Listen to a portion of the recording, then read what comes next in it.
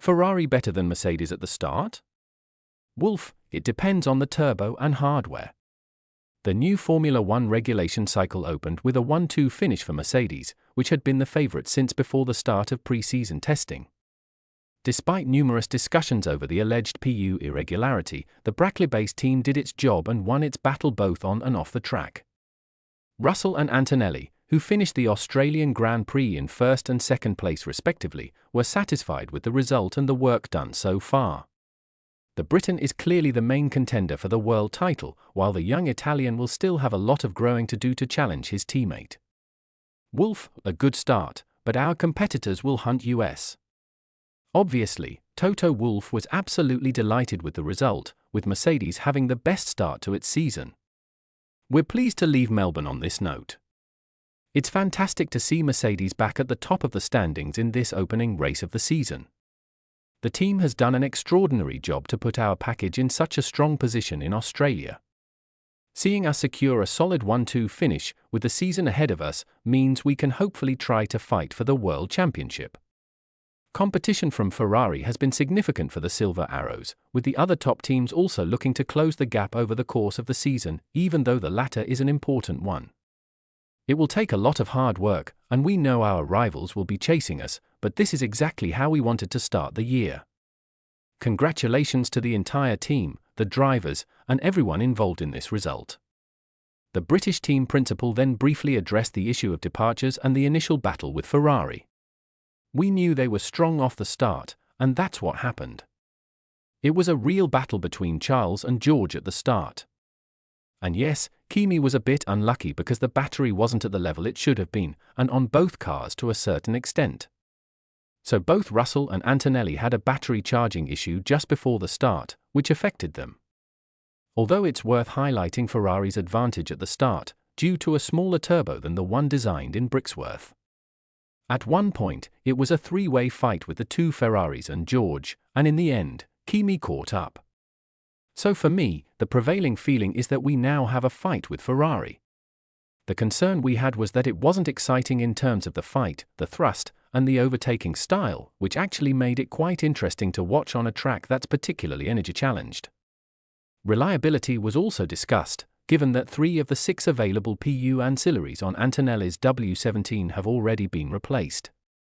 We don't know what the reliability issues will be in the future. We always try to deliver engines that are, first and foremost, the best in class in terms of performance. But reliability is very close. I have no doubt that we will leave no stone unturned to understand how we can finish the season with as few penalties as possible, if any at all. The British manager was particularly cautious in this regard, stating that Mercedes is close to achieving the desired reliability and that it could allow them to finish the season without any penalties. Although it's difficult to say for sure at the moment, we are only at the beginning of a brand new regulatory cycle. On PU supply to customer engines and Ferrari's starting advantage. Wolff was then asked whether Mercedes had a PU advantage over customer teams and whether this had affected McLaren's performance, with Norris finishing a full 51 seconds off the race lead. I think it's clear, when you introduce new regulations, there's so much to learn. Whether you have a customer who takes care of your gearbox or suspension, or who takes care of the engines, the same goes for them. The development slope is very steep, and you can never create something that pleases everyone. But I think the most important thing is to try to provide a good service. That's always our goal. The Brackley-based team's TP then explained the reason for Ferrari's starting advantage and the variables that determine it. I think it depends on the hardware. A certain configuration of the engine hardware, the size of the turbo that allows this same unit to spin, perhaps facilitates a better start and perhaps compromises other parts of the track or the race. We haven't changed anything for the starts.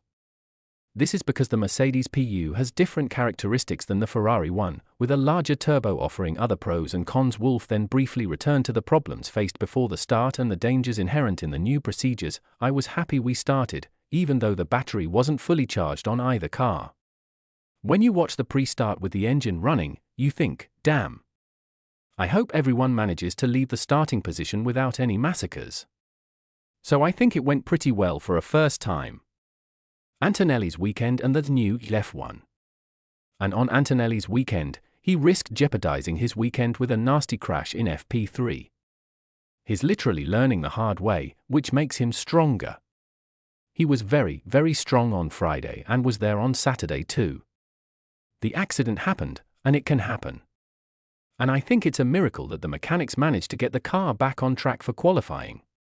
The mechanics were able to take advantage of bonus time given the red flag caused by Verstappen's accident, although obviously great credit must be given to the work completed in under 2 hours. The car has a very solid foundation, even without any setup. We haven't measured Antonelli's car, but he managed to qualify so well and then give his all in the race. In the race, he was very fast at the end, he had the pace, and he will increasingly expect more from him, as well as from the car's performance. Wolff then addressed the issue of this generation of cars being disliked by almost no driver, given that it almost represents a negation of Formula One itself. I haven't heard any of the drivers speak particularly highly of the latest cars, saying they were the best. So we tend to be very nostalgic when looking back at past events, but it's clear that we all have a stake in this sport. We need to put on a great show, the best cars in the world, the best drivers, and more. Then there's the driver's perspective, which is an important perspective. But Stefano Domenicali would say that the only factor that matters to him is whether the fans like it. If changes are needed, if we need to make adjustments, I think in Formula One we have the flexibility to always make these decisions. Let's say that President Domenicali's thinking is open to discussion in this regard, given that it's the drivers themselves who provide the show, and without them nothing would be possible. Therefore, their feedback should be equally important.